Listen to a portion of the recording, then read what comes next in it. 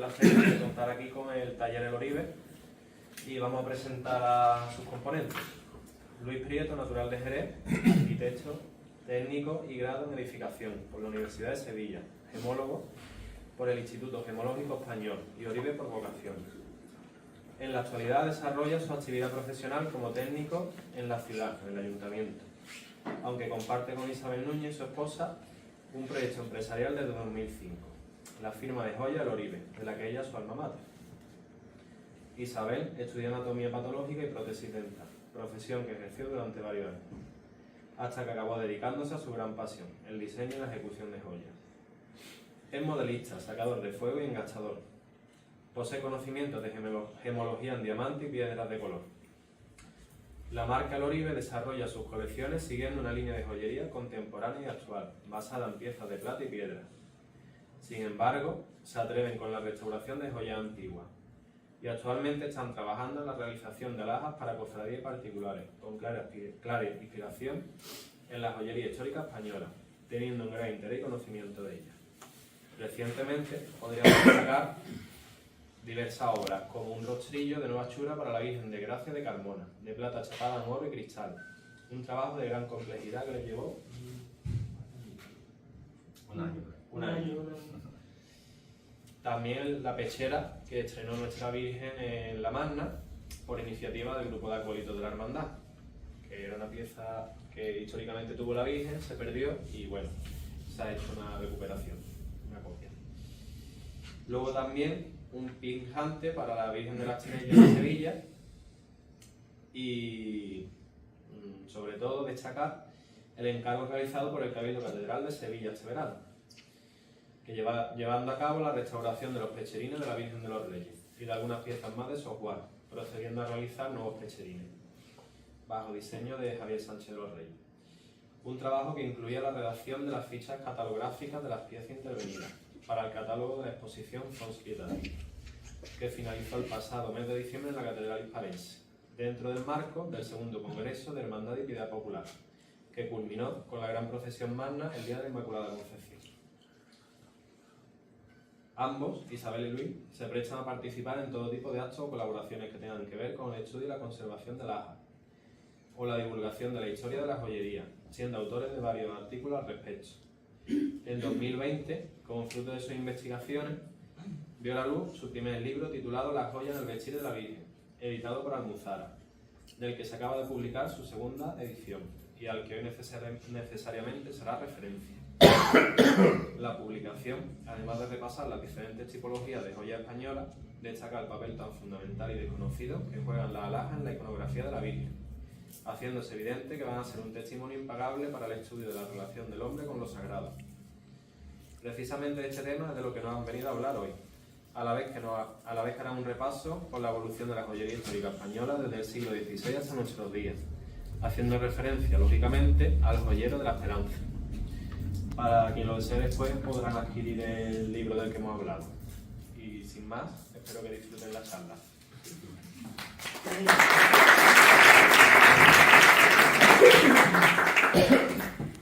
Buenas tardes a todos. En primer lugar, debemos agradecer a la Hermandad de la Yedra que nos haya invitado a hablar de lo que más nos gusta, las joyas. Estar aquí es un auténtico... Gracias a la cofradía, en la persona de su hermano mayor, César Díaz, como representante de todos los hermanos. Gracias también, y como no, a nuestro presentador Juan Morilla, diputado de Formación y responsable del grupo de acólitos, entre otras cosas. Gracias por acceder a nuestra petición para presentarnos y también por tus palabras amables de esta tarde. Y por supuesto, gracias a todos los asistentes. Esperamos que encuentren adecuado el enfoque que le daremos hoy a este tema.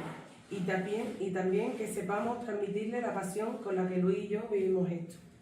Gracias por acudir a la llamada, en una materia que hasta ahora solo había interesado a minorías.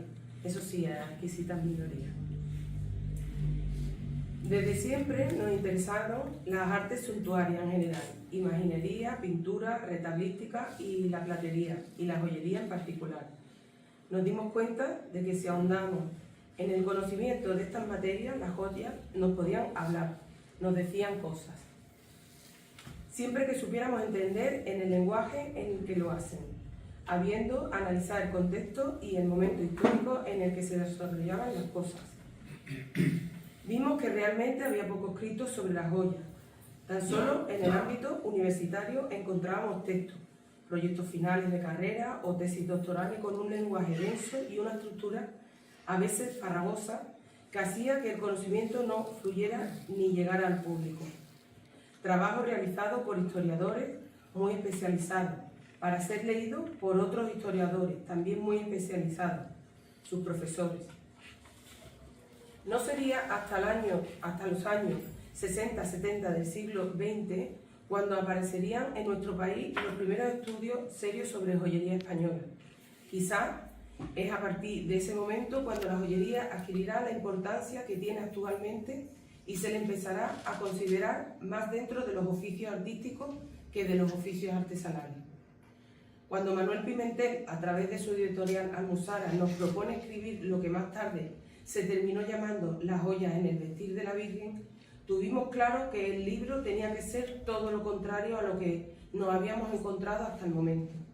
Teníamos que hacer un libro amable, de fácil lectura, que se entendiese desde la primera hasta la última letra, sin necesidad de tener conocimientos previos.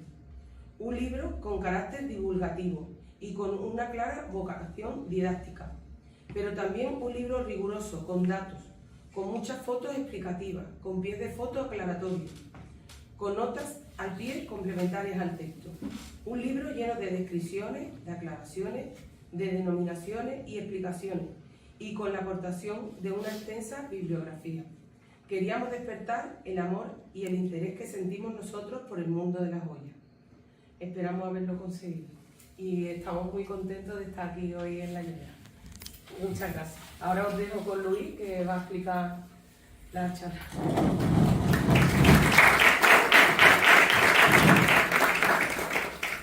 Buenas tardes. Usted prefiere que yo de quien da la charla, ya sabe tanto como más que yo, pero bueno, voy a ir siguiendo un poco más de estructura para un programa de esto. Sí, así. Yo creo que lo mejor es ir al grano y empezar. Yo creo que todo el mundo sabemos qué son las joyas. Bueno, en realidad son piezas pequeñas, normalmente, hechas con metales nobles, con materiales valiosos, y que sirven para el adorno personal, el acicalamiento personal. Si ahondamos en la etimología del término joya, encontraremos significados que aluden al ornato, a la belleza, al gusto, a la alegría, a la broma, al juego. Lo que sí está claro es que son objetos preciosos que pasan de padres a hijos, de madre a hija, a los que se le asocian sentimientos. A veces incluso pueden actuar como amuletos. Frecuentemente se les dan connotaciones religiosas, medallas, crucifijos.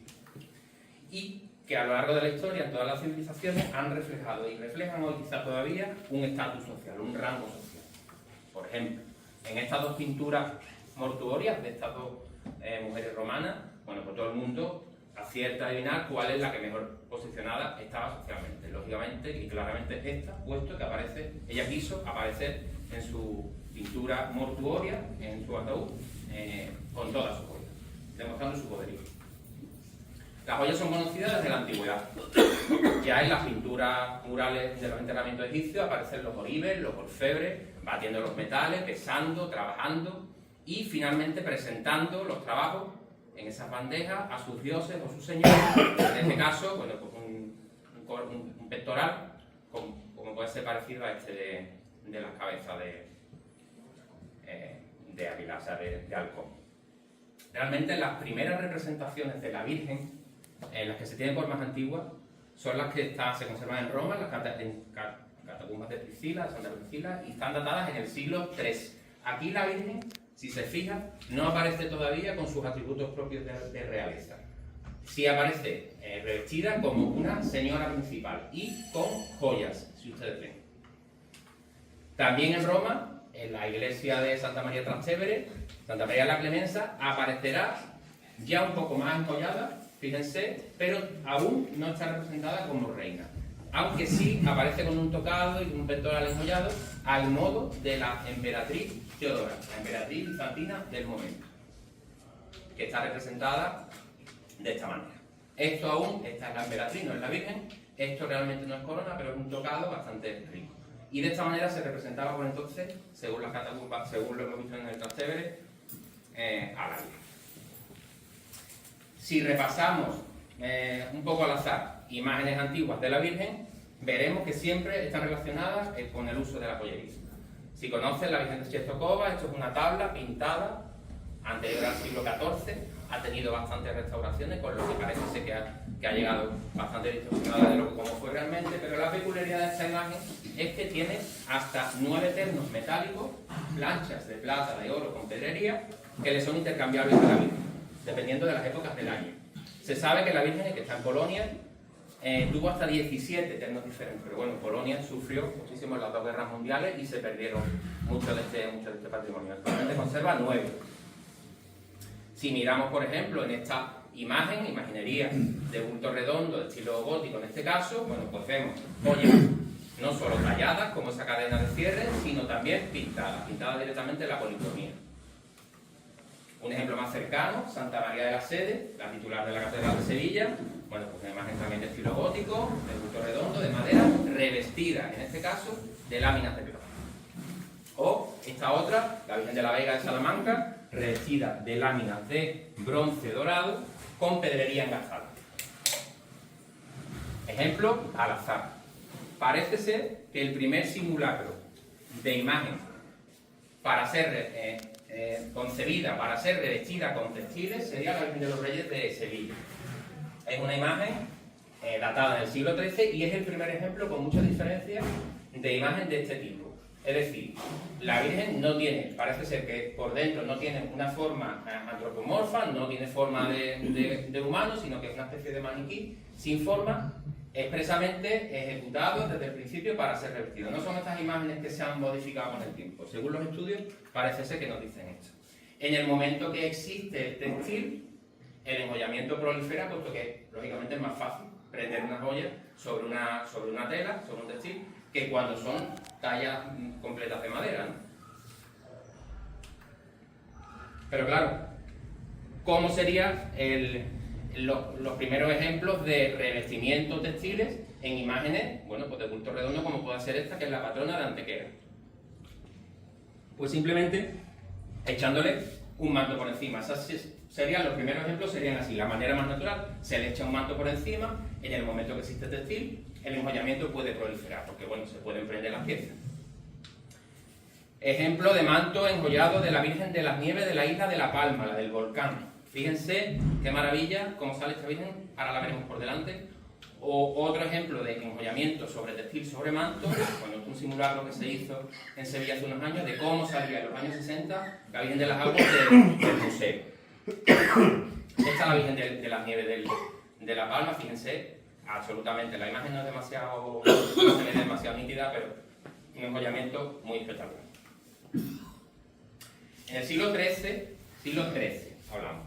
En los archivos del Pilar de Zaragoza existen anotaciones de regalos que se le hacen a la Virgen, entre ellos una serie de collares y garlandas para colocar, para prender del manto de la Virgen. ¿Qué es una garlanda? Una garlanda es esta especie de diadema o de tiara. Garlanda se le puede llamar tanto a la tiara como a cada una de estas piezas independientes que van bisagradas entre sí y hacen que la tiara sea móvil y se ajuste muy bien a la cabeza de la doncella, que son las que en la corte usaban este tipo de piezas. Bien, pues a la Virgen del Pilar en el siglo XIII se le regalan una serie de collares y garlandas para prender del manto de la Virgen. Entendemos que garlanda se refiere a estas piezas desmembradas de la corona general y para prender del manto de la Virgen. ¿Cuál es el manto de la Virgen del Pilar? Si la Virgen del Pilar realmente es una pieza de unos 30 centímetros de altura aproximadamente, de bulto redondo, apoyada sobre el pilar de su advocación. ¿Cuál es el manto? Bueno, actualmente el manto de la Virgen del Pilar es este de aquí, es este tronco de cono que le nace desde los pies, pero no siempre fue así. La Virgen del Pilar se sabe que el manto le salía, como lógicamente a todas las imágenes, desde los hombros, un poco como la Virgen de la Fuensanta, patrona de Córdoba, bueno, pues se presenta, ¿no? Se nos presenta. Se sabe que el manto curiosamente ha ido bajando. Si se fijan en este grabado, el manto ya aparece como a medio cuerpo por debajo del niño. Y aquí en este grabado antiguo ya sí que se ven una serie de piezas, de joyas, prendidas al manto de la Virgen. Actualmente el manto pues es este que todos conocemos, que tiene infinidad de ellos y al que también se le prenden joyas hoy en día, ¿no? Durante el Concilio de Trento, un concilio que duró casi 20 años, ellos se pensaron bien las conclusiones que sacaron en este concilio, habrá un auge a la piedad visual. Se va a fomentar la veneración a las imágenes y a las reliquias. Y esto favorecerá la aparición de relicarios de sobremesa, relicarios de sobremesa de altar, quiero decir, y relicarios portables, medallones relicarios. Y a partir de aquí se va a decretar que las imágenes en devoción se podrán revestir como persona viva. ¿Qué significa eso? Bueno, pues con postizos, es decir, con telas, con pelo, con pestañas, con todo tipo de postizos. Hemos dado un salto hacia adelante, sería en el siglo XVI, cuando aparecerán las primeras imágenes de la Virgen concebida expresamente para ser revestida, de las que solo se harán bustos y manos. Y lo demás, un candelero, exactamente como las dolorosas que se hacen hoy en día. Hasta entonces, recordemos, las imágenes eran de bulto redondo y se revestían, según las nuevas modas, con telas, pero esas imágenes, sin embargo, a partir del siglo XVI se van a revestir, se van a hacer imágenes expresamente para ser revestidas con una serie de estructuras de palo, lo que conocemos como candelero. Está más o menos asentado que la condesa viuda de Ureña, camarera de Isabel de Valois, la reina, tercera esposa de Felipe II, donaría sus ropas de viuda. Esta no es la condesa viuda de Ureña, esta es Mariana de Austria, la reina, una vez que enviuda y entra en el convento. Ella entra en el convento para vivir allí, no para hacer vida de monja, pero sin ser monja. Ella no era monja. Y no está vestida de monja, está vestida de viuda castellana, que es como vestían las mujeres de alto rango. Es decir, con una serie de basquiñas acampanadas, de unas telas muy ricas, porque realmente el negro es un color muy preciado, porque el tinte negro no se conseguía con facilidad, era un color caro. Y bueno, las señoras de más rango, cuanto más negro fuera su traje de viuda, hablamos de viuda, pues más poderío tenían. Cuanto más largas fueran las tocas, una toca, cuanto más larga fuera, pues más cercana al poder estaba la señora, en este caso era la reina. La reina madre en este caso, ya ella quedaba viuda. Este tipo de, les decía yo, la condesa viuda de Ureña regalará sus ropas de viuda, ropas ricas, austeras pero ricas, a la Soledad de Gaspar de Becerra del convento de la Victoria de Madrid. Y este es el primer caso que se conoce, hay varias teorías sobre esto, pero esto es la que está más difundida, de imagen en la que solo se talla busto y manos para ser revestida con telas, con un interior de candelero. Estamos ahora mismo en el esplendor más absoluto del Imperio Español. Felipe II, donde España, la dinastía de los Austrias, donde España no es la España lógicamente actual, era España, Portugal, Países Bajos, Italia, Bélgica, Filipinas, parte de América, donde reinan, como les digo, la dinastía de los Habsburgo, los Austrias, con Felipe II a su frente. Este es el momento más álgido y más rico del Imperio Español. En España entraba muchísima riqueza, oro, plata, piedras preciosas, sedas. Es en este momento cuando realmente comienza, como les decía, la moda de revestir con ropaje rico las imágenes de la Virgen. Pero claro, ¿qué se hacía con estas imágenes que la gente le tenía devoción? Imágenes de bulto redondo, imágenes que se habían quedado anticuadas, pero imágenes con mérito artístico incluso, pero que, bueno, porque se habían quedado anticuadas y no se podían revestir. Pues en muchos casos se hicieron este tipo de barbaridades, entre comillas, de ponerle, bueno, de cortarla, de secarla, de aserrarle el niño, los brazos, todos los salientes, todo lo que molestara, para revestirlas. Gracias a estas barbaridades, bueno, un poco barbaridades, entre comillas, muchas de estas imágenes se han podido conservar y han llegado a nuestros días. Un ejemplo cercano, la Virgen de Regla de Chipiona. La Virgen actualmente se conserva así, le falta la parte de arriba del niño, le falta una mano donde seguramente tuviera un pomelo, un pajarito. Y bueno, la Virgen no solo se revestirá, sino que se recrecerá. Si hacemos una comparativa con el óvalo de la cara de la Virgen en tamaño, bueno, pues la Virgen está sobre una estructura aproximadamente, bueno, esquemáticamente de esa forma. Se sabe que está revestida de lámina de plata para alcanzar esta altura y salir, bueno, pues revestida con telas ricas como actualmente la conocemos.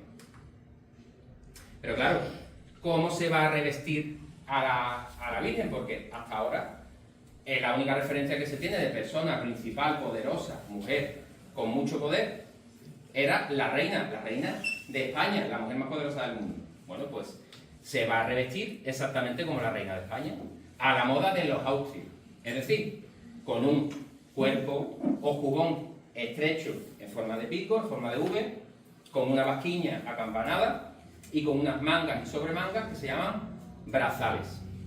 Es decir, como la Virgen del Rocío actualmente se sigue vistiendo, o la Virgen de Consolación de Utrera, o la Virgen de Setefillas, el Hora del Río, o tantas otras. O como está exactamente vestido la Virgen del Rosario, la Virgen del Rosario de Granada. Si se fijan, es exactamente igual. Lo que pasa es que la Virgen del Rosario tiene la particularidad de que el terno es de lámina de plata y tiene piedras engastadas. Un terno muy rico. Claro. ¿Cuándo aparecerá el concepto de realeza de María? ¿Desde cuándo la Virgen se considera reina? Porque ya vimos que en la catacumba de Cristina todavía no se consideraba. Bueno, pues muchísimos años antes, en el 431, en el Concilio de Éfeso, donde se decide que por analogía con las dinastías israelitas, en Israel, el rey Salomón y compañía, el rey era el rey y la reina no era su esposa, sino que era su madre. Eso era allí así.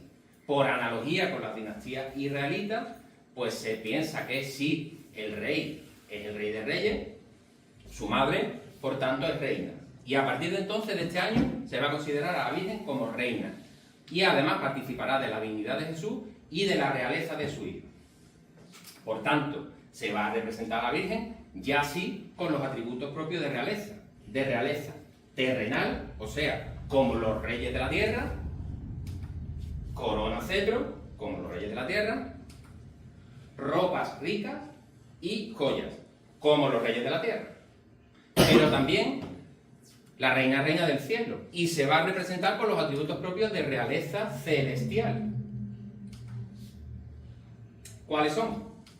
Bueno, pues los resplandores, la corona se llenará de estrellas, el calzado de luna, la luna a sus pies, y todo ello sacado de esta cita apocalíptica, de versión apocalíptica de San Juan, donde aparecerá una mujer vestida de sol con la luna bajo sus pies y coronada de 12 estrellas.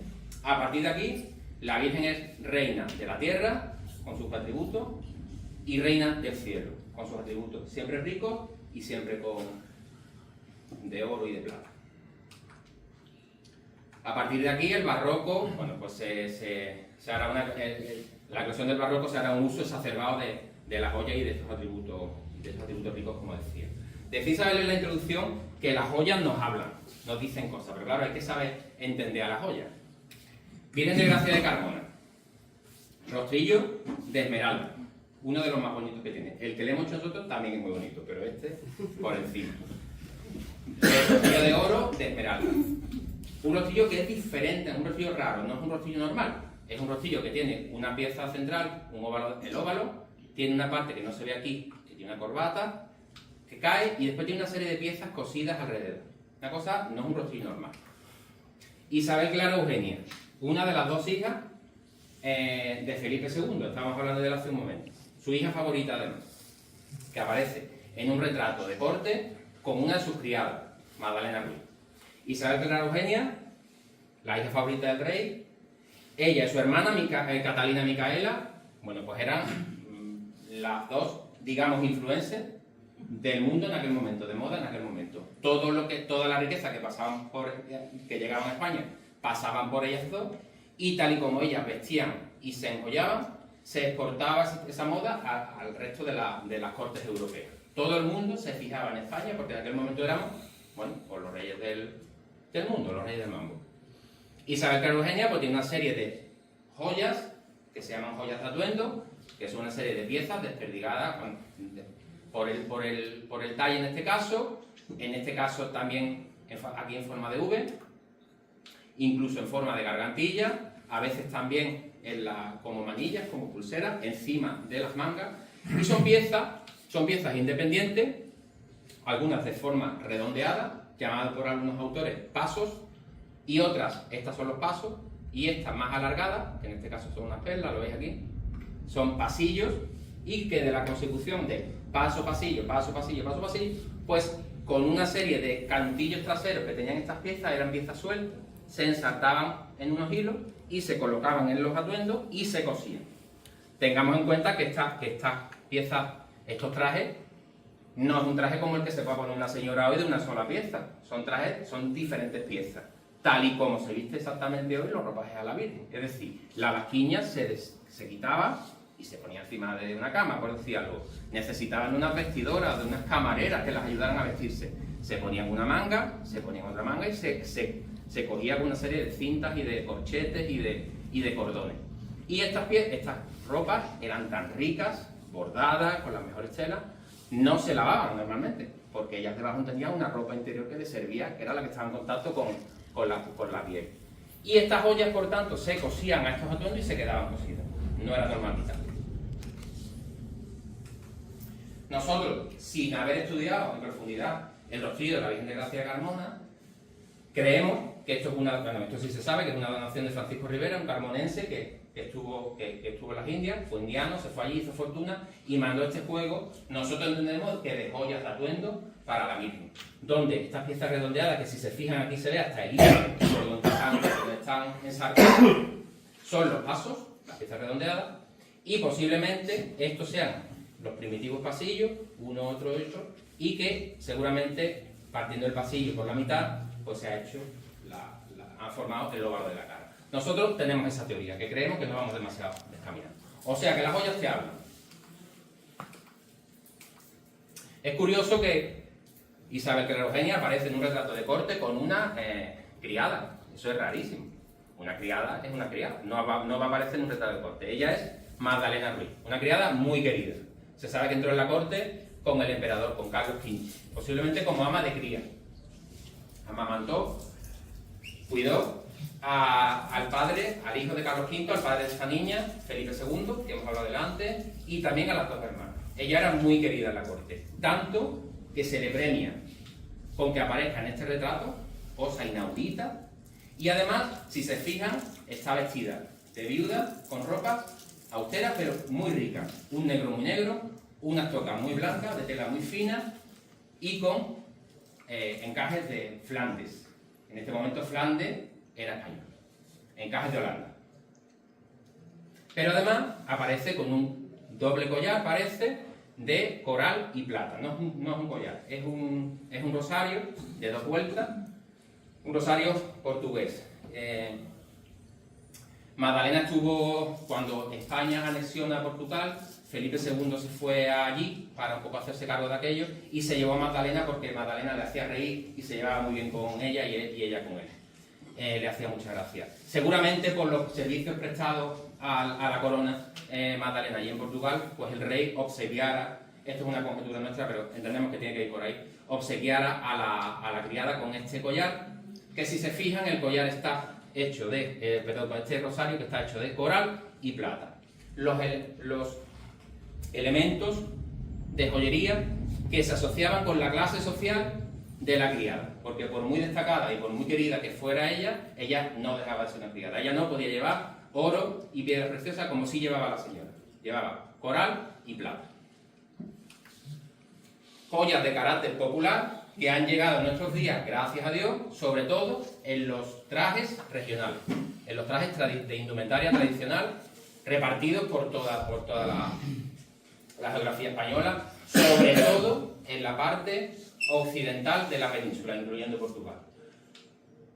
Corales, plata, con grandes medallones. Esto es en la Alberca, en Salamanca, donde el traje de vistas, que se llama, es un traje de boda, es un traje de boda, y las novias se ponían esto para casarse, es un traje de mucho lujo. Esto no es la Alberca, ni esto es Salamanca, ni esto es Zamora, ni esto es León, esto es Huelva. Este es el pueblo de Isabel, pueblo de Guzmán, de mi mujer, donde aparecen las romerías de la Virgen de la Peña, que es la Virgen de allí. Bueno, pues las mayordomas van vestidas de gabacha, de francesa, de gabachas, donde aparecerán con muchísimas piezas de joyería, bueno, pues de coral y de plata. Este es el pueblo, un pueblo cercano, el Cerro del Landévalo, donde esta chica va vestida de jamuguera, un traje similar, donde aparecen muchas joyerías. Joyería popular, las clases populares también, los más pudientes dentro de las clases populares, también podían comprar o mandar a hacer joyas, y gracias a donaciones de estas clases populares, pues a los joyeros de la Virgen se conservan muchísimas piezas en joyeros marianos, muchísimas piezas que gracias a esto, a los que nos dedicamos un poco a la investigación, pues hoy hemos podido llegar al conocimiento que se tiene. Gracias a los joyeros marianos han sido salvaguarda de este tipo de piezas, que bueno, lo que nos traen es conocimiento, ¿no? Hablamos de joyas devocionales como por ejemplo la cruz pectoral. Durante un tiempo la profesión de la fe católica era casi un tema de Estado. La Iglesia y Estado estaban tan unidos que parecía la misma cosa. Sobre todo a partir de la expulsión de los moriscos en España. Los moriscos que se expulsaron se fueron, los que se quisieron quedar, se les obligó a convertirse al cristianismo. Y ellos tenían una terrible necesidad de estar constantemente justificando que se habían convertido al cristianismo, que ya eran cristianos. Y siempre portaban unas grandes cruces pectorales, normalmente para que no poner en duda, que nadie pusiera en duda, que ellos seguían siendo moros de puertas para adentro. Vamos, musulmanes. Hoy día las cruces pectorales han quedado relegadas a las clases eclesiásticas, sobre todo más altas. Obispos, arzobispos, cardenales, incluso el Papa, siempre llevan una cruz pectoral. Gracias a donaciones de esta clase social también, la eclesiástica, a la jerarquía eclesiástica, muchas de nuestras joyeros marianos, muchas de nuestras imágenes de la Virgen, pues conservan este tipo de piezas. En este caso, es la imagen de la Esperanza Macarena con la cruz de Bueno Monreal de oro y amatista. Claro, es que durante el manierismo, que es la época previa al barroco, estaba entrando, como les decía, muchísima riqueza en España. España era muy rica. Entraban esmeraldas de Colombia, entraban rubíes de Oriente, de la parte de Filipinas, entraba muchísimo oro, plata, perlas de Tahití, perlas del Caribe. Bueno, es que España era prácticamente el mundo entero. Todo venía hacia acá. Y se hicieron estaban en boga las cruces pectorales y se hicieron cruces de enorme tamaño y de muchísima riqueza. Tanta riqueza y tanta opulencia tenían algunas de estas piezas que pronto pasaron de moda y se empezaron a deshacer. Se conservan pocas cruces pectorales en el mundo, en realidad. ¿Por qué? Porque se deshacían y se reutilizaban las grandes piedras tan ricas y tan enormes de tamaño en enriquecer otro tipo de piezas existentes. Este es el rostrillo de la Virgen de la Caridad de San Lucas, por ejemplo, que aquí tenemos una cruz pectoral completamente deshecha, siendo esta pieza de aquí la que hace del monte de la Virgen, y todas las demás esta cruz no es esta, pero es similar en la estructura. Y se reparten en el rostrillo. Y con el oro sobrante, pues se hacen otro tipo de piezas. Es decir, se perdieron grandes piezas de joyería en este periodo para conseguir otras grandes piezas de joyería, bueno, ya a la nueva moda del momento. Les decía que los joyeros marianos son una fuente de conocimiento para los que estudiamos joyería, ya que se conservan muchísimas tipologías de piezas que se hubieran perdido de otra manera.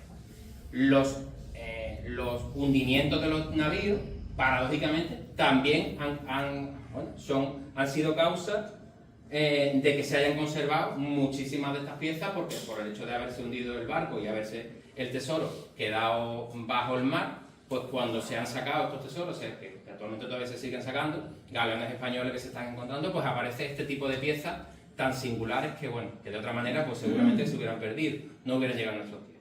Les hablo del hundimiento en 1622 del navío Nuestra Señora de Atocha, que se hunde en los cayos de Miami, venía cargadito junto con eran 5 navíos, con 4 barcos más, cargaditos de riqueza, cargaditos de caoba, toneladas de oro, toneladas de plata y también piezas de joyería ya hechas allí, ya hechas en América y que venían hacia España, con hechura americana, con hechura andina. Piezas que el Estado español ha pujado por algunas de ellas, en el caso de Nuestra Señora Atocha, y ha recuperado, la verdad es que 4 o 5 piezas, pero, entre ellos esta cruz pectoral, que es una auténtica maravilla de esmeralda, pero fíjense lo que se encontró, y bueno, y muchísimas cosas más, y toneladas de oro que se han quedado en Estados Unidos. Ellos dicen que, nosotros decimos que esto era nuestro, ellos dicen que era de ellos porque se lo robamos y no lo queríamos traer, y bueno, la cuestión es que aquello se ha quedado allí. Claro, es que en estas travesías del Océano Atlántico, en estas rutas comerciales, Canarias era un punto de parada obligatoria tanto a la ida como a la vuelta. Por tanto, las devociones canarias se vieron muy beneficiadas y existen unas colecciones de joyería impresionantes en Canarias porque los armadores tanto a la ida se encomendaban a estas imágenes locales y a la vuelta, si estos viajes que eran muy peligrosos, donde muchas veces no volvían, los atacaban piratas, los atacaban enfermedades, morían, si volvían y el resultado del negocio había salido satisfactorio, pues, bueno, pues venían con regalos a estas devociones que bueno, se han beneficiado. Fíjense el rostrillo, esta es la Virgen de las Nieves de la Isla de La Palma, que les decía antes, la del manto enjollado, la del volcán. Fíjate el rostrillo, fíjense el rostrillo, estos rostrillos triangulares canarios, cuajado absolutamente de perlas naturales y de esmeralda, ¿no? Una auténtica maravilla. Que se ofrecían como eso, como ofrendas o como en fotos. Fíjense la mano, ¿no? No estamos hablando de cosas menos. Y siempre donde los mazos de perlas eran muy normales. Claro, hemos hablado de cruces pectorales, hablamos de otras joyas devocionales, relicarios o medallones devocionales. ¿Qué diferencia? Bueno, pues el relicario porta reliquias, los medallones devocionales no. En este momento, las reliquias, había un mercado negro de reliquias impresionante, valían muy caras. Conseguir una reliquia de la Santa Espina, de una astilla de la Cruz, de 1000 cosas, costaba mucho dinero. Incluso se sabe que se hacían falsificaciones. Y bueno, aunque existen relicarios ricos, medallones relicarios con reliquias verdaderas ricos, proliferaron este tipo de medallones devocionales donde se le incluía una pintura o un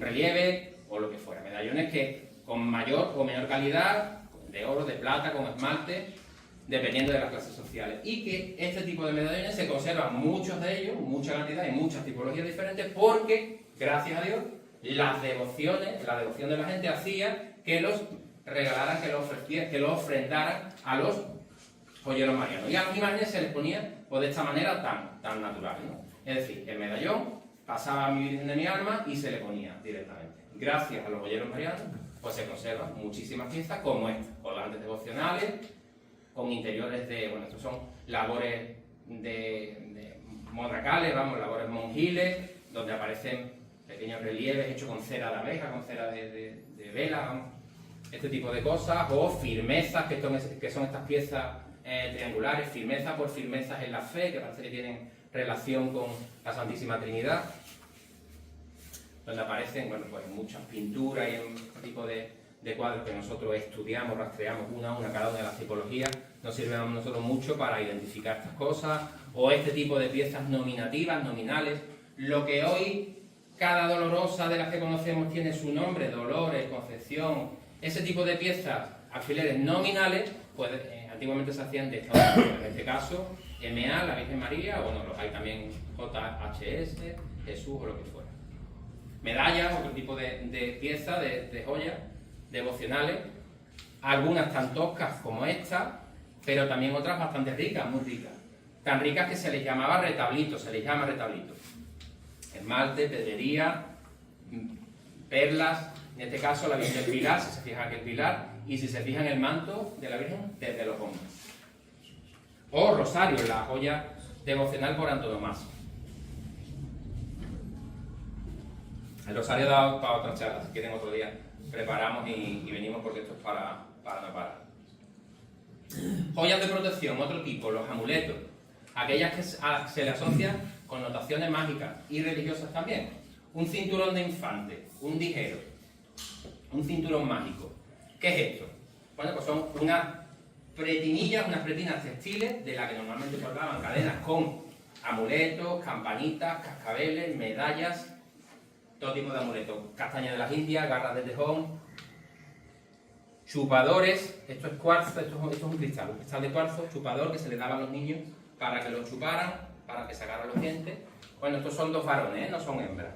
A los niños, bueno, de clase privilegiada, se les vestía de esta manera y se les colgaban este tipo de cinturones para alejar al maligno, para alejar las enfermedades y para atraer a las divinidades. En muchos casos tenían cascabeles, campanitas para alejar a las brujas, para alejar el mal de ojo y para alejar también el mal del aire. ¿Qué es el mal del aire? Pues el COVID, por ejemplo, sería un mal del aire. Enfermedades que se transmiten por aerosol, ¿no? Cascabeles, bocinas, silbatos, que muchas veces llevaban, bueno, pues materiales, elementos, digamos que raros tierra adentro, ¿vale? Una caracola aquí, pues no le echamos cuenta, pero una caracola en Zamora no es normal, y entonces lo usaban como amuleto y elementos protectores. Esta es un poco la explicación de que los niños Jesús, en muchos casos, lleven campanita, lleven sonajeros. El niño de Bornos, por ejemplo, que lleva un sonajero, y este otro que tuvimos el placer y el honor de hacerle nosotros, son dijeros, sonajeros, cascabeles, para alejar ¿creen ustedes? ¿Para alejar a las brujas? No. Normalmente son donaciones de niños que sí han estado enfermos y que los padres a lo mejor han donado después, una vez que el niño ya hubiera enfermado, hubiera mejorado, o a lo mejor no se hubiera sobrepuesto a la enfermedad. En esos casos, muchas veces los cascabeles también se le donaban a las imágenes, y por eso se conservan, y por eso los niños Jesús muchas veces tienen campanas y tienen este tipo de sonajeros, ¿no?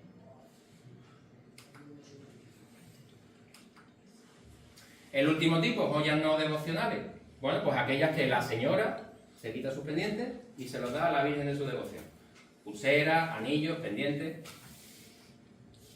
Destacamos como pendientes el modelo girandoles, españolizado. Bueno, es un modelo francés que ya va a llegar con la llegada de los Borbones a España, ya estamos en el siglo XVIII, y que, bueno, van a estar hechos de cristal de strass. Les sonará. Es un cristal sintético, un vidrio de plomo, que es una imitación, entonces, una imitación del diamante. Una imitación que se hace en el siglo XVII. Eso ya es imitación del diamante. Son piedras sintéticas, ¿vale? Son este tipo. Y que aparecen, estamos hartos de ver, sobre todo en las glorias, en las imágenes de gloria. Modelos girandol que siempre tienen el mismo esquema. Una roseta a la oreja, una especie de pieza central que tiene forma de canasto o de lazo, normalmente, que se llama trecho, y 3 almendras pinjantes. Y que se siguen haciendo en la actualidad. Aquí tenemos un ejemplo. Y que, bueno, no solo vemos en las imágenes de gloria, que es normalmente quienes las portan, sino que también hay alguna dolorosa que también lo llevan. La Virgen de la Sangre de Gerena, en este caso. Un juego de girandoles muy bonito. Este es un cuadro que a nosotros nos ha servido para aprender mucho. Es el cuadro de la Virgen de los Desamparados, de Tomás Yepes, de Valencia, donde aparece, fíjense, cuajada completamente de joyas, y bueno, donde nosotros hemos aprendido mucho. Están las Descalzas Reales en Madrid, tiene muchísima definición las piezas, y hemos estudiado cada una de ellas de las que aparecen. Hablamos de pendientes que en muchos casos las donaciones eran pues muy valiosas, eran piezas muy buenas. Y el pendiente, si a la Virgen no se le podía poner en esta oreja, como en este caso, se le ponía al niño, porque ese pendiente había que hacerlo. Eso no se podía quedar guardado.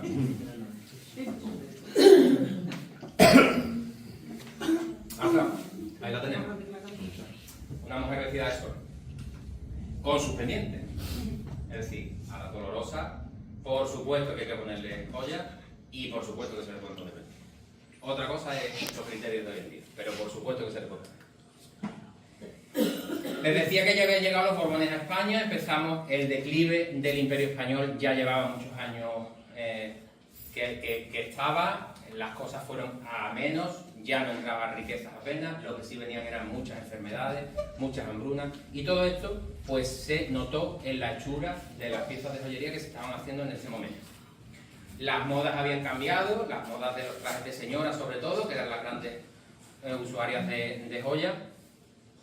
Los escotes habían bajado, los peinados esos que eran tan altos habían bajado también, se podían usar pendientes grandes y quedaba el pecho de la señora, el escote, demasiado al aire. Por lo que aparecen las joyas que se llaman joyas de pecho, precisamente para tapar un poco esta parte.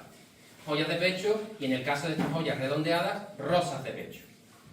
Rosas como la que le robaron recientemente, además, no hace demasiado tiempo, a la Virgen del Rosario de Arcos de la Frontera. Le robaron el ajuar completo, una verdadera barbaridad, lo que tenía, el ajuar que tenía esta imagen, y que bueno, espero que por lo menos que no se haya destruido, que lo tenga bien guardado. Estos panes de Antequera se llaman, o broqueletes con un tamaño bastante grande, de oro y diamante, de la que la Virgen de Gracia de Carmona posee 6 enormes, todos de diamante, y una tercera, estos estamos hablando que se llaman rosas de pecho, por su forma redondeada, también se llaman panes, por su forma del mollete, porque además tiene tamaño prácticamente del mollete, y esta rosa de pecho en este caso es acorazonada, forma de corazón, y también coronada. De los mayores tesoros que conocemos de joyería en España, la Virgen de Gracia de Carmona. Esta señora pertenece a la casa de Medina Sidonia de San Lucas Barrameda y aparece con su rosa de pecho colocada ¿dónde? En el pecho. Fíjense que ya los escotes bajaron, el pelo bajó también, ya no tiene nada que ver la forma ni de la forma del vestido de nada con Isabel Clara Eugenia, que la hemos visto antes, con la criada. Fíjense, acuérdense, esa falda acampanada ya es completamente diferente, las modas han cambiado. Virgen de la Asunción de Estepa, con su rosa de pecho puesta exactamente en su sitio, en el pecho. De la que la Virgen de la Caridad de San Lucas tiene esta rosa de pecho, este pan, que debe ser este mismo, porque esta señora pertenece a la familia de los Medina Sidonia, y los Medina Sidonia, bueno, pues están pared con pared con la Virgen de la... No pared con pared, pero vamos, vecinos de la Virgen de la Caridad. Rosas de pecho, bueno, pues que van evolucionando hacia lo cuadrangular, hacia lo cruciforme, forma de cruz, a los que esta es la rosa, a los que se le va adosando, en este caso, un lazo y un trecho, que se llama esta pieza colgante, pasando a una nueva tipología, el lazo español, de oro y esmeralda, con muchísimas variantes. También lo hay de diamante, en este caso la Pastora de Cantillana tiene este juego de girandoles y de lazo de oro y diamante precioso. O este juego de 2 piezas, este lazo que es el que lleva el niño y este grande que es el que lleva la madre, de la Virgen de la Luz de Tarifa, 2 piezas muy espectaculares. Rosas de pecho, que les decía que van evolucionando hacia lo triangular, hacia lo acorazonado, donde incluso aparecerán con corona o rematados con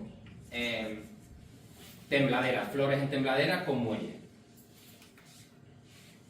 Estas 2 piezas, 2 rosas con flores en tembladera, pertenecientes a la esclavitud de la Virgen de los Remedios y a la Virgen del Rosario de Antequera, de una ejecución magnífica del 17 y del 18.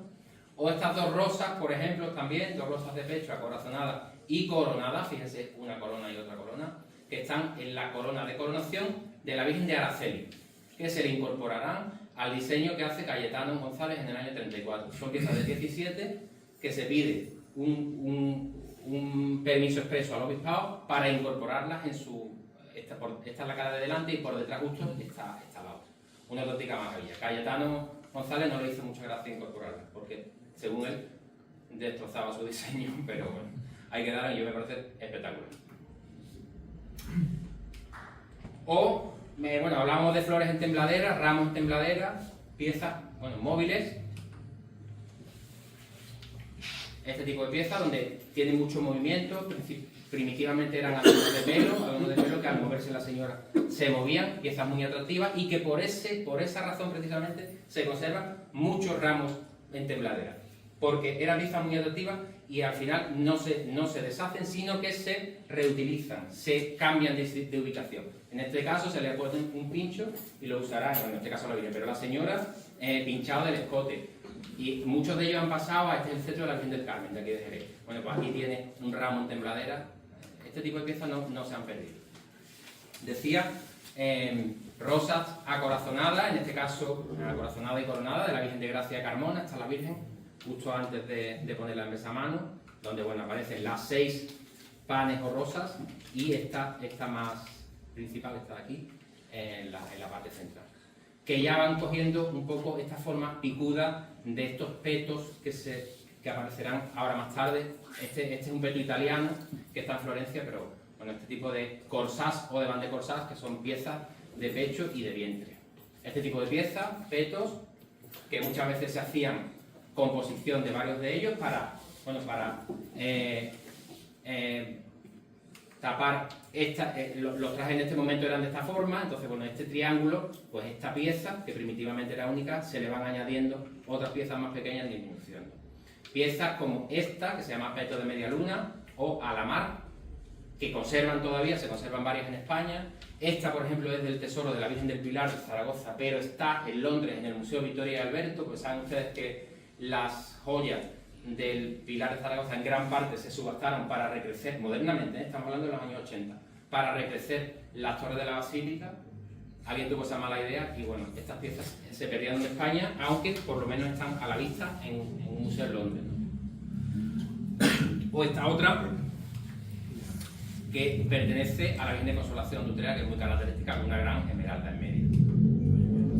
Claro, ya estamos finales del siglo XVIII, siglo XIX. En este momento es un periodo nefasto para la joyería, un momento de muchísima tensión, muchísima trifulca, influencias externas, el saqueo francés, la desamortización. Se perdieron muchísimas obras de arte en España y, por supuesto, muchísimas joyas, porque además las joyas, por su propio tamaño y versatilidad, una joya te la puedes echar en un bolsillo y la puedes robar fácilmente. Un retablo no lo puedes robar tan fácilmente, que también se robaron.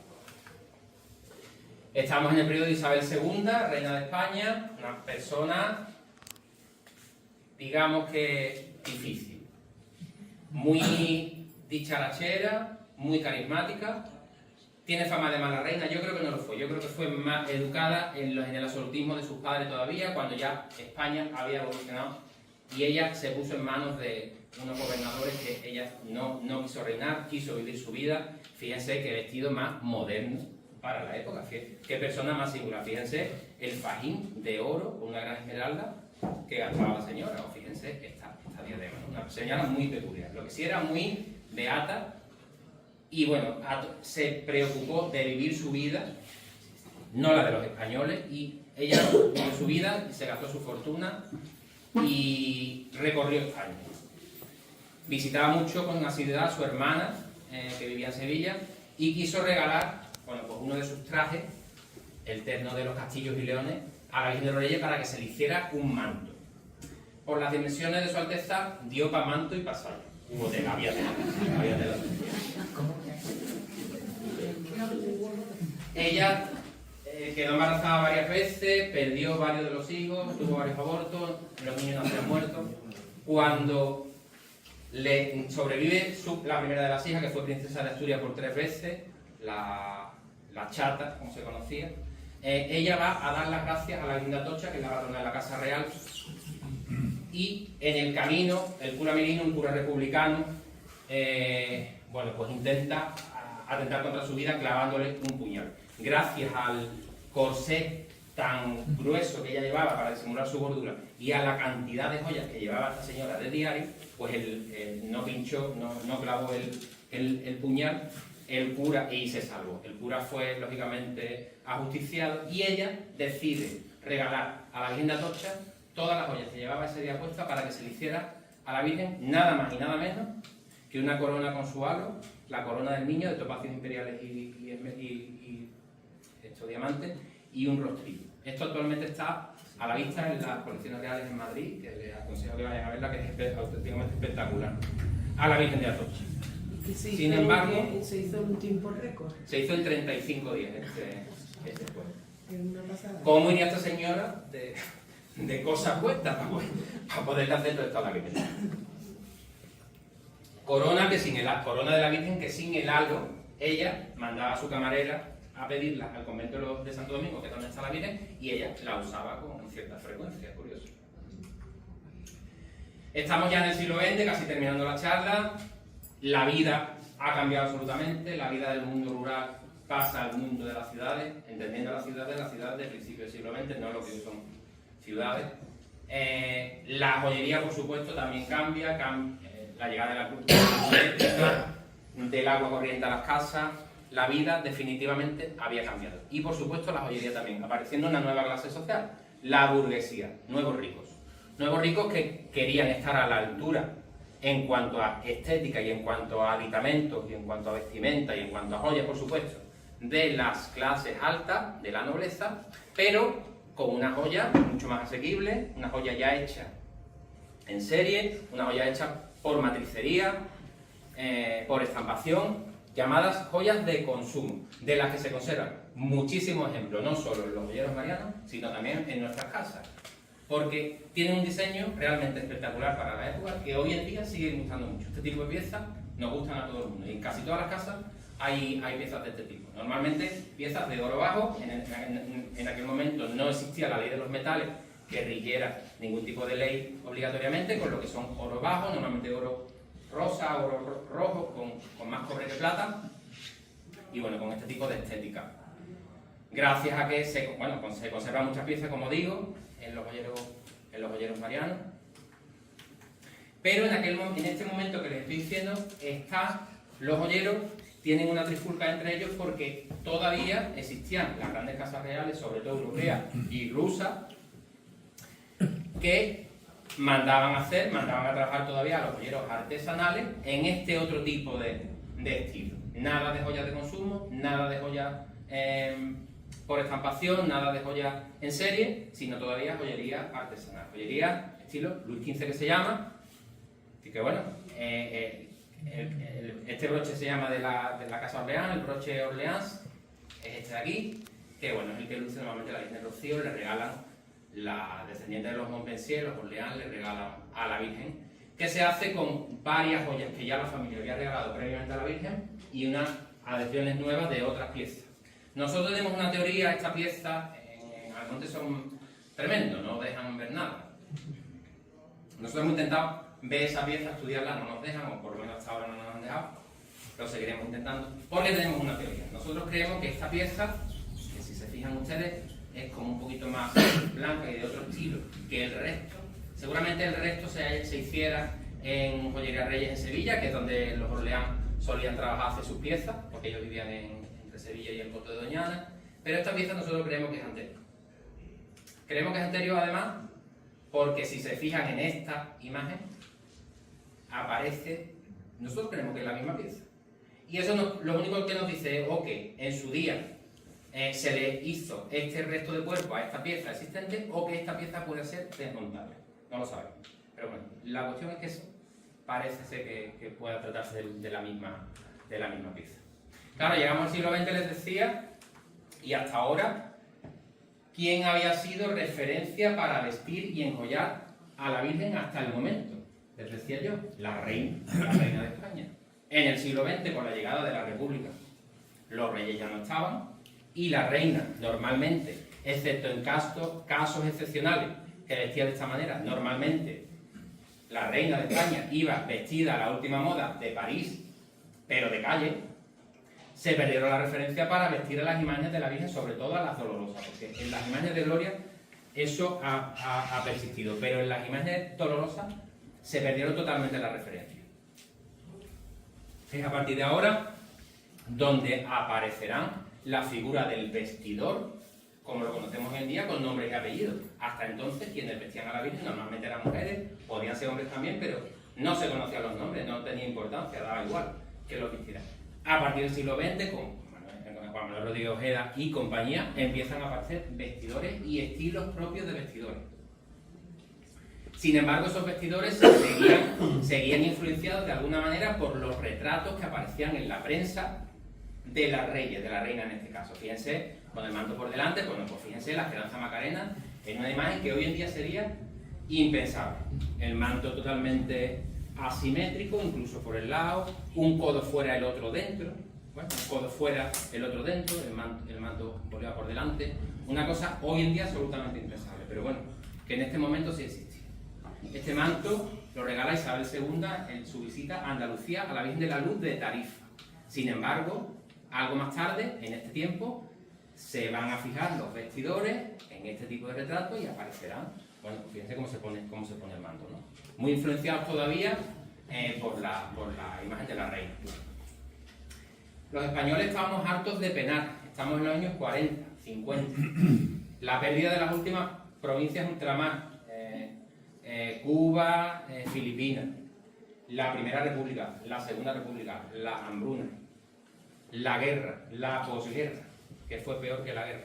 Claro, en este momento hubo un enfoque en las imágenes de la Virgen y en el enjollamiento y en el tal, que al español de a pie le gustaba porque era una manera un poco de olvidarse de su vida gris diaria. Y bueno, se produce lo que nosotros, en nuestro libro, hemos denominado sobreenjollamiento. Es el enjollamiento, la joya sobre la joya. Si se fijan, esta es la Soledad de San Lorenzo de Sevilla. Bueno, habrá hermandad más austera, más de negro, más rancia que la Soledad. Fíjense cómo iba la Virgen, ¿eh? Diademas, pulseras de diamantes sobre la diadema, que ya de por sí es de oro, todo absolutamente de joyas, joyas, hasta los pies, la Soledad de San Lorenzo. Bueno, este es el desconsuelo de Jerez, que a mí me recuerda mucho a Benedicto Teodora, la del principio de la charla, fíjense, ¿no? Y por supuesto a Esperanza, ¿no? Que en 2019, bueno, pues nosotros entramos en esta sí cuando la vimos vestida y enjollada sobre todo, prácticamente con las mismas piezas que hay aquí, excepto las perdidas, quizá puesta de una manera algo más elegante, ¿no? Una maravilla. El sobreenjollamiento, la joya puesta sobre la joya, o sea, las joyas sobre la corona, y joyas amontonadas unas encima de otras. Claro, esta imagen de Benimore, que bueno, imagen de otro tiempo, con piezas que todavía se conservan, algunas de ellas. Si se fijan, esta gargantilla triangular, bueno, pues la conserva la Virgen. El zafiro lo conserva la Virgen. Se sabe que son piezas de bisutería, no son piezas, que yo sepa, excepto esta cadena de aquí, este collar de aquí, que es de plata, creo. Todo lo demás son piezas de bisutería, con cristal de strass, lo hemos visto antes, los girandoles, cristales de strass, y son piezas datadas entre finales del siglo XIX y la primera treintena del siglo XX. Pero sí es verdad que son piezas pues de una hechura muy fina, buena. Joyería, no es joyería, pero bisutería fina, bisutería cara, perteneciente, bueno, pues a doña Petra de la Riva. Antes hemos estado hablando con Ángel y con el hermano mayor. Doña Petra de la Riva, a su hija, doña Petra Domés de la Riva, condesa de duquesa de Monteleón, y que bueno, fueron camareras de la Virgen. Se sabe que la señora venía además con su propia camarera, con el cofrecito, el Jueves Santo por la mañana, traía las joyas, se le ponían, se enjollaban. La Virgen parece ser que nunca llegó a salir de esta manera, tan enjollada. Pero sí es verdad que en algún caso, Mariano Ramírez, que en este caso en este tiempo era el vestido de la Virgen, bueno, pues le gustaba ponerla así, que a mí me parece totalmente maravillosa, pero bueno, entendemos que los tiempos hoy son otros, ¿no? Y que cuando ella lo que hacía era prestar las piezas y cuando se recogía la cofradía, al día siguiente ya no venía la señora, ya venía solo la camarera con su cofrecito y se las volvía a llevar. Hasta parece ser que a su muerte la señora las dona a la Virgen. La cuestión es que faltan muchas de ellas de las que aparecen en la foto y no hay certeza de dónde están, ni siquiera si han podido desaparecer o es que realmente no llegaron a donarse. En este caso les decía, aquí está el zafiro, estas dos gargantillas parece ser que son estas dos, esta de aquí y esta de aquí. Estas coronitas que están en las cocas con tan gracia puestas, parece ser que no están. Lo que sí está es el pájaro. Le doy la vuelta. Bueno, el sol, este tampoco está. Ahora lo vemos. El pájaro que está aquí del revés, ¿lo ven ahí? Sí está. ¿Lo ven ahí? De una forma de pájaro. Estos dos pompones, pues parece ser que sí están también. Aquí, bueno, no, o sea, perdón, que no están. Aquí aparecen en las cocas también, en las sienes, pero no están tampoco. Lo que sí está, les decía, es el collar azul, que está aquí. Esta diadema, esta gargantilla de abanico, le llamo yo, que sí que está también. Y bueno, lo que se ha recuperado, la gran recuperación, por lo menos para nosotros es una total satisfacción, ha sido esta pieza, la denominada que hemos denominado nosotros la pechera. La pechera que posiblemente en origen sería una cinturilla de un traje de noche de la señora, de un traje de fiesta. Pero que en este caso el vestido, bueno, pues se lo colocó en el pecho a modo de pechera y bueno.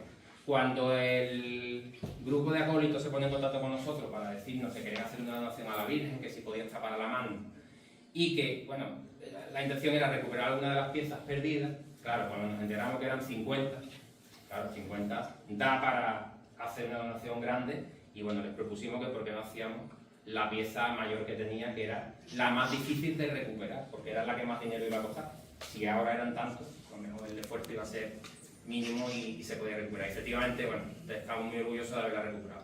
Lo que hemos hecho realmente es una interpretación de esa pieza, porque en esta foto se ve ahí un poco de lado, no vemos exactamente las proporciones, pero bueno, creemos que ha quedado bastante bien. Y que bueno, la Virgen la verdad es que lo lucía en el pecho de manera espectacular y bueno, además que ha dado muchísimo que hablar, para bien, por lo menos lo que nos ha llegado a nosotros. Además, tuvimos la satisfacción de que en el Rosario Vespertino de este diciembre, bueno, pues la Virgen lo lució como cinturilla en la cotilla, cosa que bueno, la pieza es muy versátil y se usa perfectamente ahí, por lo que nos llenó absolutamente de orgullo, ¿no?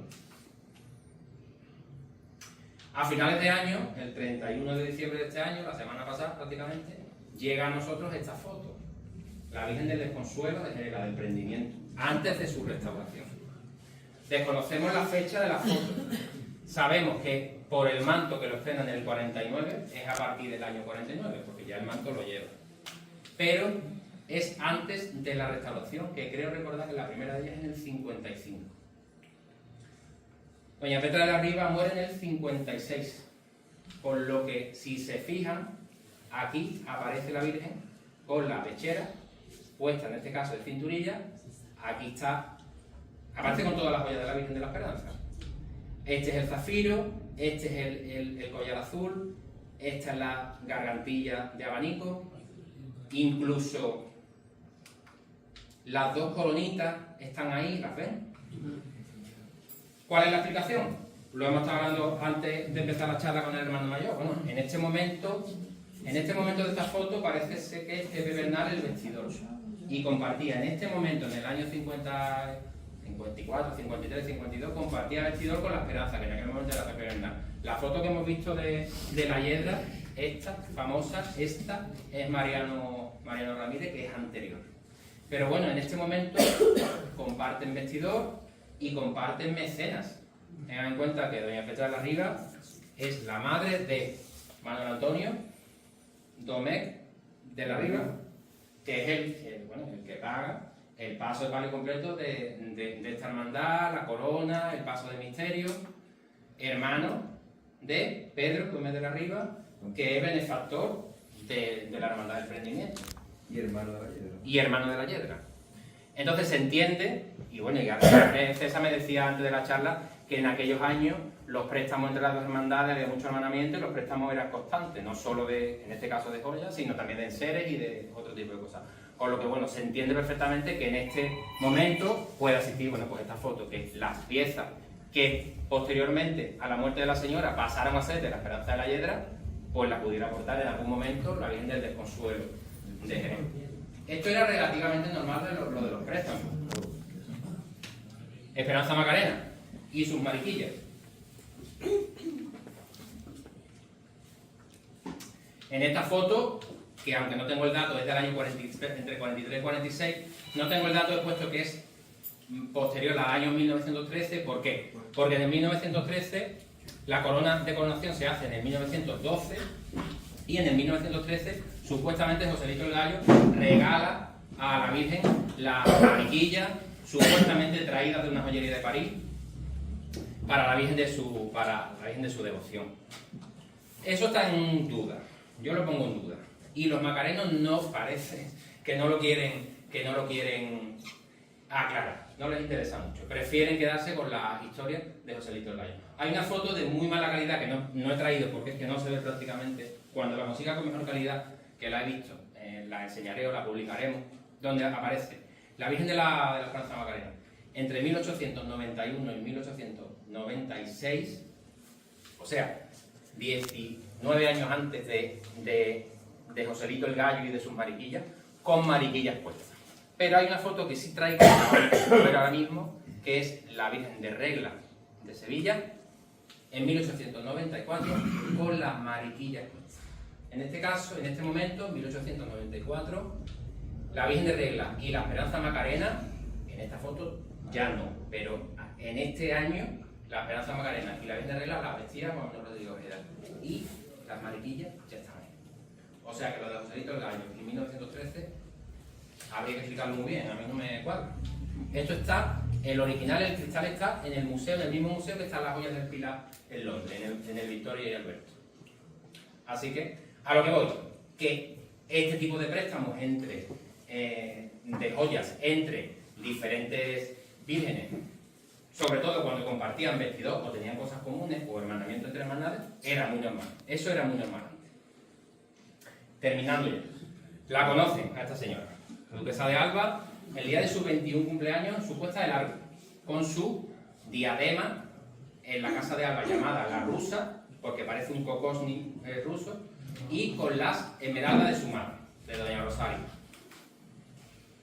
Diadema que sirvió para casar a sus dos nueras, la duquesa de Aliaga y la que estaba llamada a ser la futura duquesa de Alba, que nunca lo fue, Matilde Solís.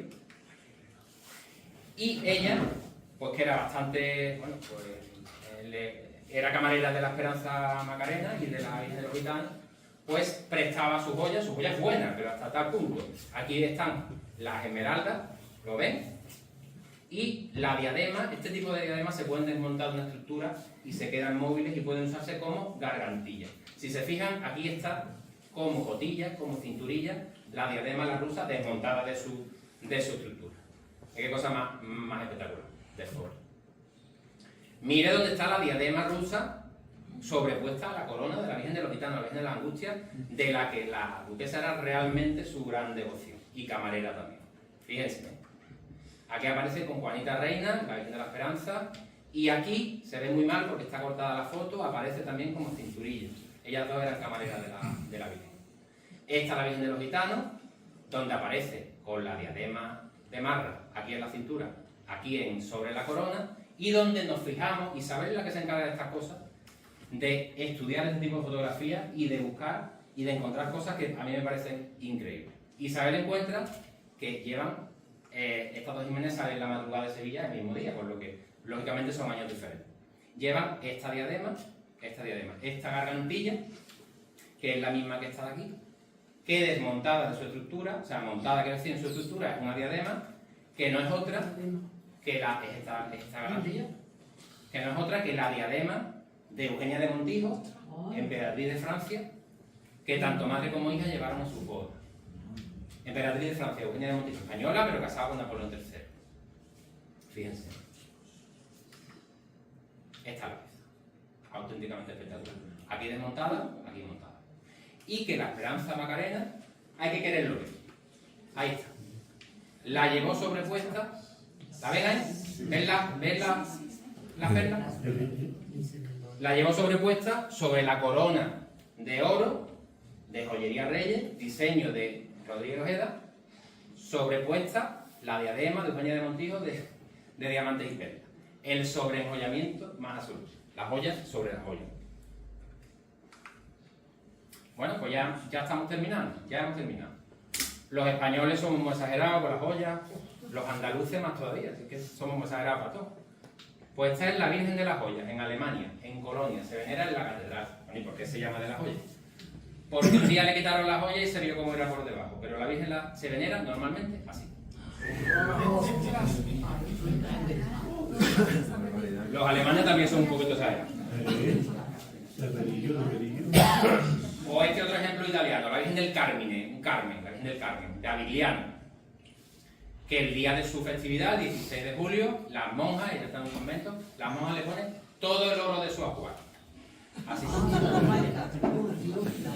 Con sus escapularios también de oro.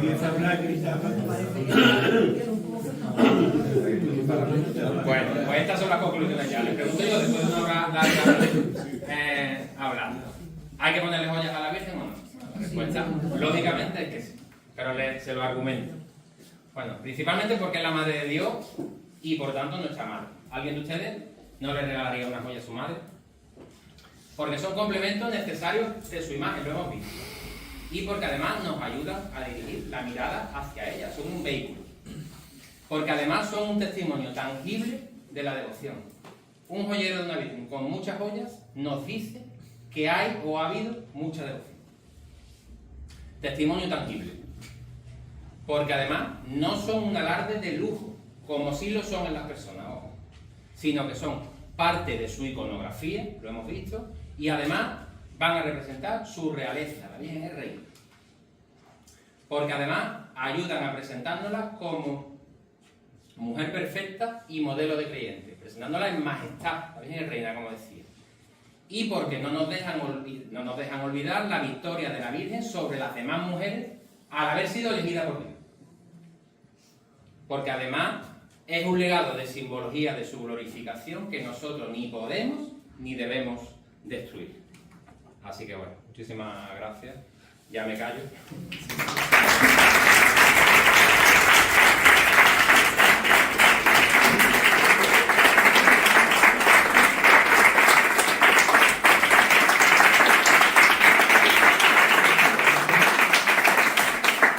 Si alguien quiere comentar alguna cosa, yo estaría encantado de, quizá relativa a las fiestas de la Esperanza, la señora Teresa, cualquier duda que ustedes...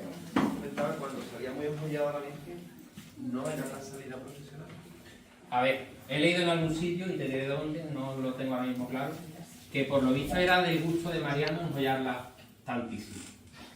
A la señora también le gustaba y se le enjollaba, ella la veía, y cuando se iba se le quitaban algunas cosas y salía la Virgen, no con tantas cosas, muy enjollada también, pero no con tantas cosas como en la piel. Después la señora preguntaba que, oye, y se le decía, por lo visto, que se habían caído, que no sé cuánto, y pasaba un poco la cosa. Pero era del gusto tanto de la duquesa como del vestido en este caso. Yo creo que hay fotos del paso en la calle que sí iban muy enjolladas. ¿Iba muy enjollada? Sí, no, muy enjollada salía, No sé pero si quizá tanto. no tanto. Ese es el matiz, sería genial, yo no la conozco.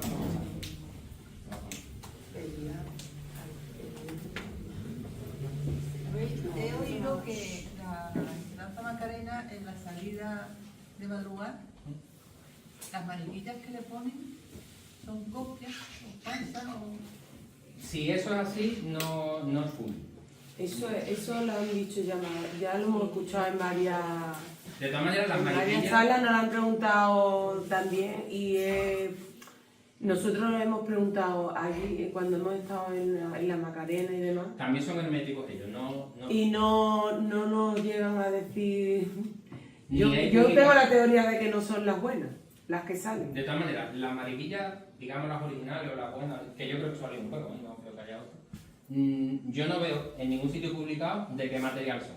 Lo único que se sabe es que las supuestas esmeraldas no son esmeraldas, sino que son, ellos le dicen piedras de país, que es una forma de decirle lo mismo que los talcos o que los cristales estos de extra que hemos visto antes, son piedras sintéticas coloreadas.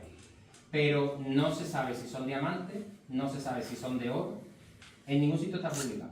Lo que yo sí les puedo decir como joyero es que el engaste que tiene las piedras verdes no son de piezas No de son de joyería. pie, es que no... Yo creo que son de bisutería, tan buena quizá como las de la Esperanza, pero que no son piezas buenas. Vamos, que no son joyería, quiero decir.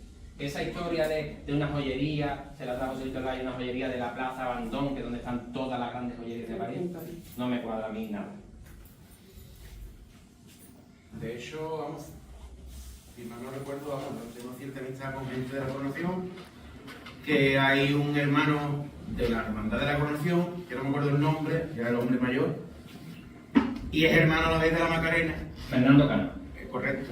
Y se gana gloria de que las mariquillas que saca la Virgen de la Paz en su mayor oficio tienen en sí más valor, porque parece ser, como yo que lo que sale a la calle sí son esmeralda como tal, y la Macarena no son...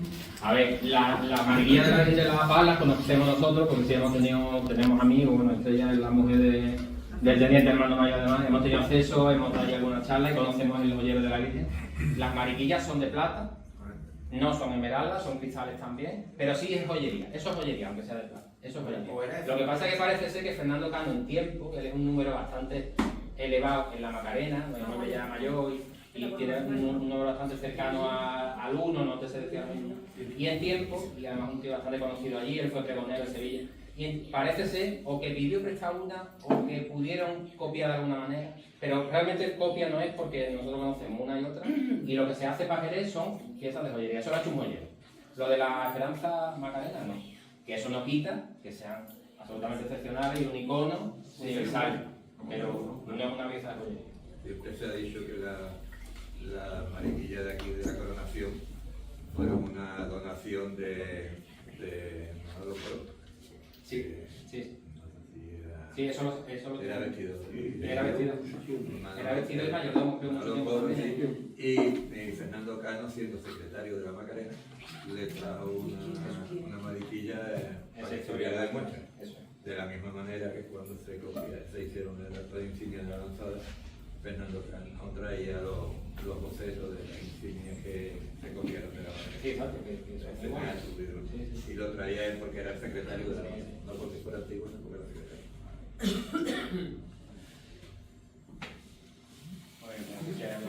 Me llama mucho la atención, por ejemplo, que de hecho ha salido algunas piezas, como en Antequera ese estilo parecido a la Virgen del Rosario de Granada, también ese estilo, que hemos visto antes de la época de mayor esplendor del Imperio Español, como se ha mantenido mucho, sobre todo eso en Antequera, Granada, pero no ha terminado de transmitirse. Eso antes sí que estaba más en boga, ¿no? A ver, Sevilla ha exportado mucho bueno, pero al final nos hemos globalizado prácticamente casi todo el oriente de Andalucía, el occidente de Andalucía, Andalucía occidental, nos hemos sevillanizado. Sin embargo, es verdad que, bueno, sobre todo en Jaén hay algunos pueblos, en Granada es un mundo aparte, y en Málaga, sobre todo en Antequera, porque en Málaga ciudad se perdió todo, pues ellos sí han sabido conservar lo que tenían y por tanto, tanto en la vestimenta, como en tejido, como en estilo, como joyas también. Entonces, yo creo que esa puede ser la aplicación. ¿En qué momento actual nos encontramos? Muchas veces ha habido unos ciclos, los que los años, hemos visto los años 40, 50 y tal, después se perdió muchísimo. Ahora, ¿en qué momento crees que nos podemos encontrar? Yo creo que estamos en un momento, mi opinión personal, estamos en un momento de la hiperbarroquización o el neobarroco sin sentido alguna vez. Es decir, hemos visto la coronación de la Esperanza Macarena.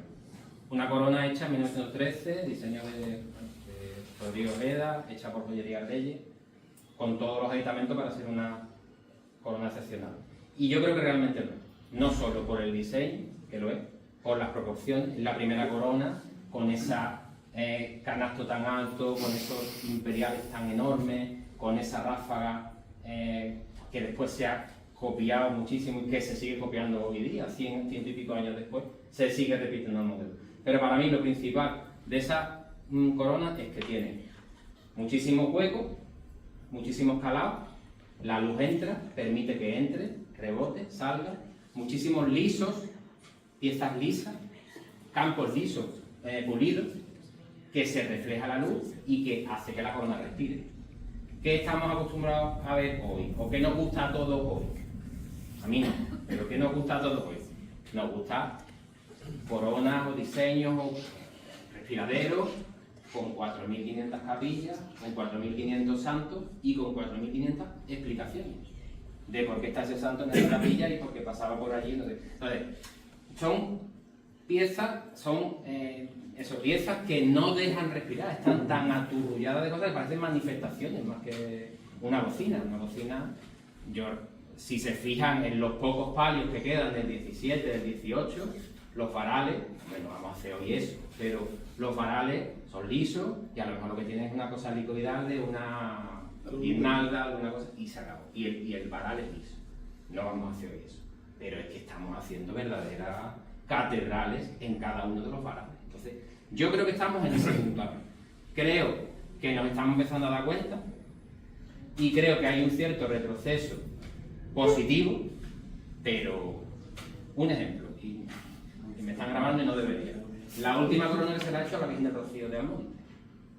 A mí me parece preciosa, una obra absoluta de arte, un diseño realmente bonito, pero que creo que no funciona. Porque si la pones con la suya de coronación, se come a la otra, pesando seguramente la mitad o menos de oro. Pero es que no tiene nada que ver. La del 19 funciona muchísimo mejor que la nueva que se le ha hecho. Siendo la nueva que se ha hecho una auténtica maravilla hecha por los mejores. En ese punto estamos bien. Has puesto antes una foto de la Virgen de la Esperanza con una corona que además tiene unas estrellas. Eso es del año 32-33. Tú sabes que realmente no es una corona. Hemos entendido que es de cartón, ¿no? Es una ráfaga posterior. Una ráfaga. La corona es la suya de plata, ¿no? Exactamente.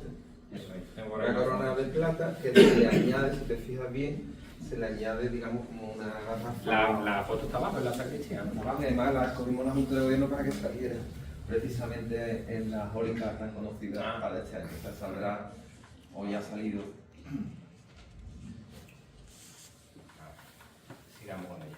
Que hay gente que confunde como si fuera otra corona antigua de la Virgen, pero no lo es. De hecho, hubo en la historia nuestra una polémica con ese añadido de la corona que al final fue destruido. Por eso no está. Vamos a ver si la encuentro mejor aquí. Porque no me acuerdo dónde está exactamente. Esa, A ver, esa es la corona de plata que tenemos, vale. a la que se le añade, si os fijáis, A mí José Carlos, el vestido, que es la única información que es tengo, del 32. me dice que esta ráfaga, esta es la corona de plata, hasta aquí es la corona suya, la que tiene todavía, que se le pone en los difuntos normalmente, y eso, ¿no? Y que esto es un añadido de cartón. No.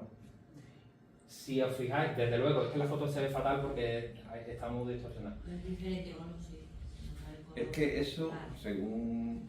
Lo que sí iba es que no sé si... Esto ten en cuenta que estamos hablando del año 30 y poco, ¿vale? Eso es de hojalata. ¿De? Parece ser que era de hojalata. De hojalata, bueno, no me extrañaría. Es que no se ve bien, pero si os fijáis por aquí, en esta parte de aquí se ve, mira, aquí se ve. La línea de la corona está por aquí y se ve por aquí una parte plana, no sé si lo veis. Sin embargo, aquí se va comiendo. Y en esta parte de aquí es que incluso se mete, en aquella parte de allí, incluso se mete. O sea que debe ser un trabajo hecho con mucha premura o no muy fino, porque no está ni realmente, no se estudia ni realmente los rayos, sino que parece estar un poco como desplazado. Lo que sí está claro es que está sobrepuesto y se pone detrás. A mí me parece espectacular. Y me parece que sería una recuperación. Eso te iba a decir. Magnífico. ¿Tú deberías recuperar esa? A ver, ¿A que sí? yo la recuperaría. De un mayor valor y El diseño me parece espectacular. Volviendo a lo que acabo de decir de la corona de la Macarena. Un diseño sencillo, con mucho calado, sin historia. Lo que sí me plantearía, creo que lo lógico, es el tamaño. El tamaño a mí me parece espectacular, pero es demasiado grande. Pero esto mismo, un poquito más chico, y con el mismo espíritu, que fuera una ráfaga de quita y pon. De quita y pon, exactamente. Eso sería magnífico. Una recuperación espectacular, ¿verdad? Con las estrellas que Pues lo de cartón se lo preguntamos a José Carlos, porque me lo dijo él. Pues yo No sé dónde le vienen las informaciones. Yo en el libro que yo tengo, Esta de aquí, te por lo voy a mirar también, pero Vale. es hojalata. Ojalá. Sí, lo que se Hombre, dice lo de es cartón. yo creo que he visto ahí, no parece cartón, Claro, parece además, que brilla, ¿no? Que... Lo de cartón, no, verá que no... Es que hay una Pero me lo dijo polémica y eso Hay mucha aparece... diferencia entre la tercera estrella y la cuarta, ¿no? O las demás. Aquí, ¿no? Eso es, Sí, sí, así. Hay mucha... No entiendo, bueno, divulgación... Porque eso sería como tembladora. Tembladera, sí. Tembladera. Tendría que ser en deblito. Deblito, Pues a lo mejor... Claro. Pero el muelle aquí, ¿eh?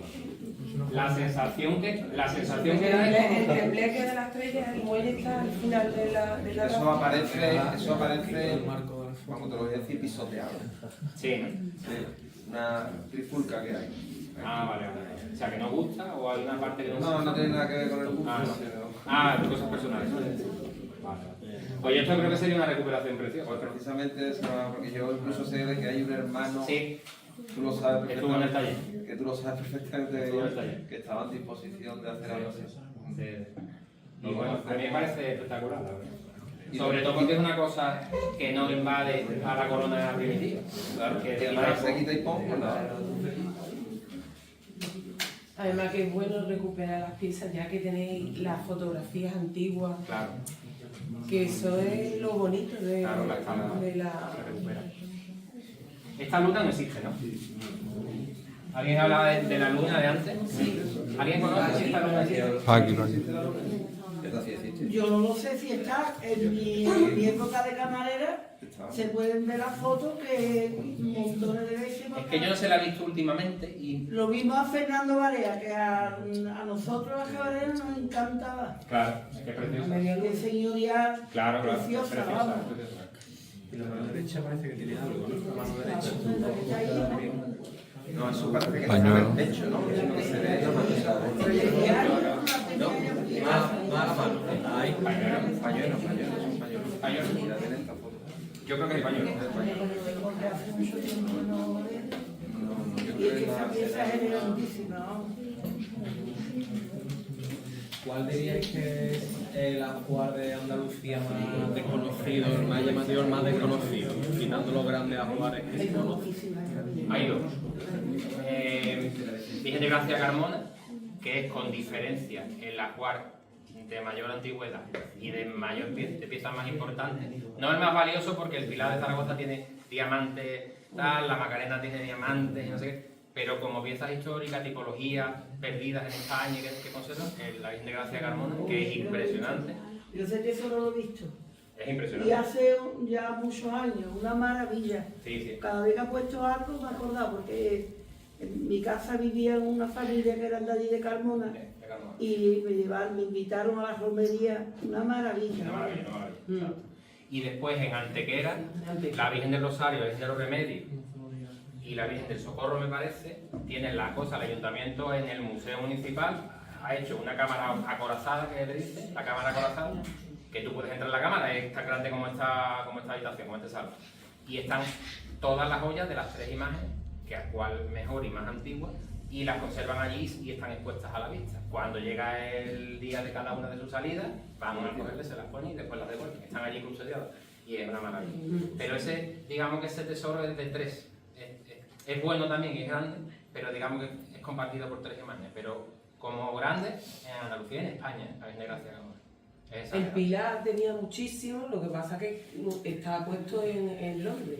El Pilar Y perdió- además pieza histórica y pieza pero preciosa. con ¿no? mucha valía. Con mucha histórica valía, y- pero y lo económica. que pasa que yo no sé cómo dejaron vender.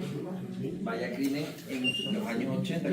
Claro, sí. Hay una cosa curiosa, hay una familia que, eso está recogido desde el año 82, hay una familia que en su día, en las donaciones que se piden para recrecer las torres, pues dona una serie de joyas de oro, pero tipo cordón, crucifijos, medallas de oro, simplemente, y por valor de X pesetas.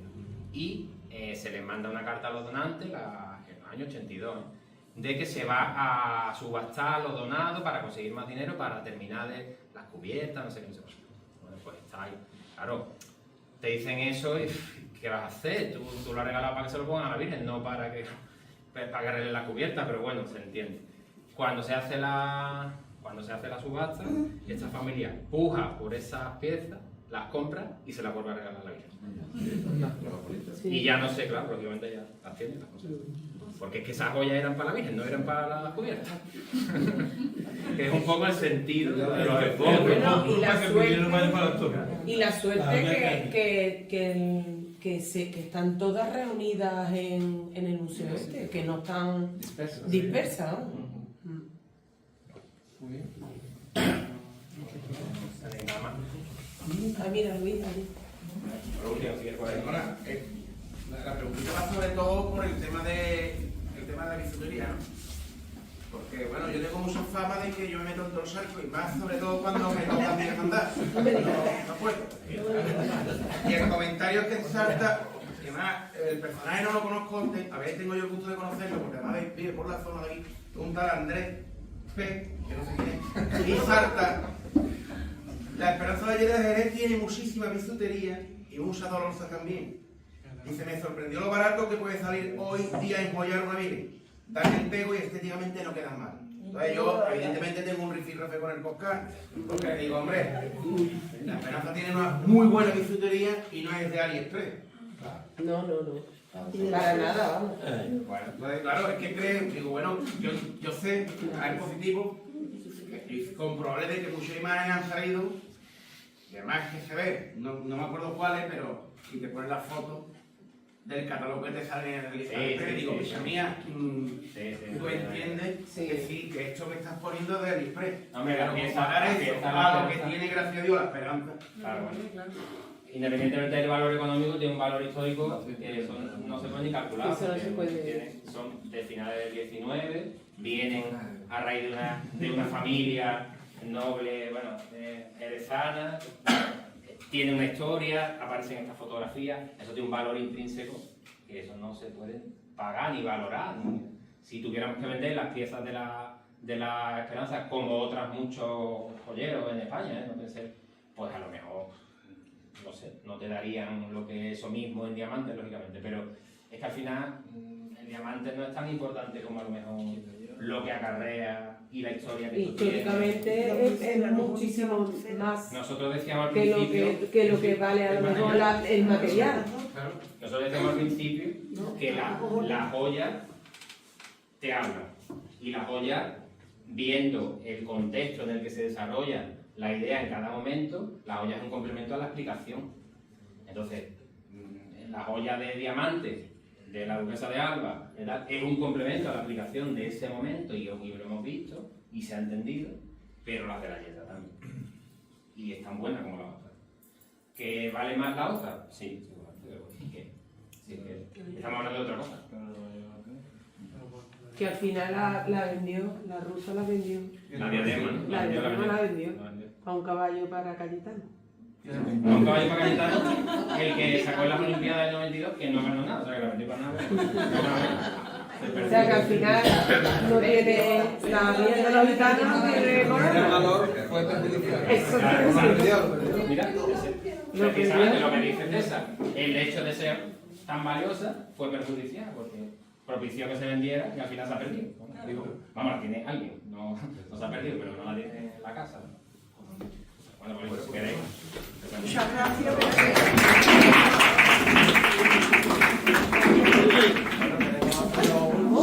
Evidentemente hemos disfrutado, creo que hemos disfrutado de una conferencia de lo más alto, hemos disfrutado de unos momentos de conocimiento que además ha servido ser expresado para nuestra comprensión para todos, y creo que debemos valorar lo que tenemos aquí en Jerez. En Jerez tenemos grandes imágenes, grandes pasos, pero ahora tenemos un taller importante en Jerez que debemos sentirnos orgullosos. Así que agradeceros a los dos la conferencia, y aquí tenéis vuestra casa y queremos a lo mejor preparado el taller mínimo, pero bueno, con el taller. Muchísimas gracias. Enseñalo. Qué bonito, muchas gracias. Pues sí. Muchas gracias.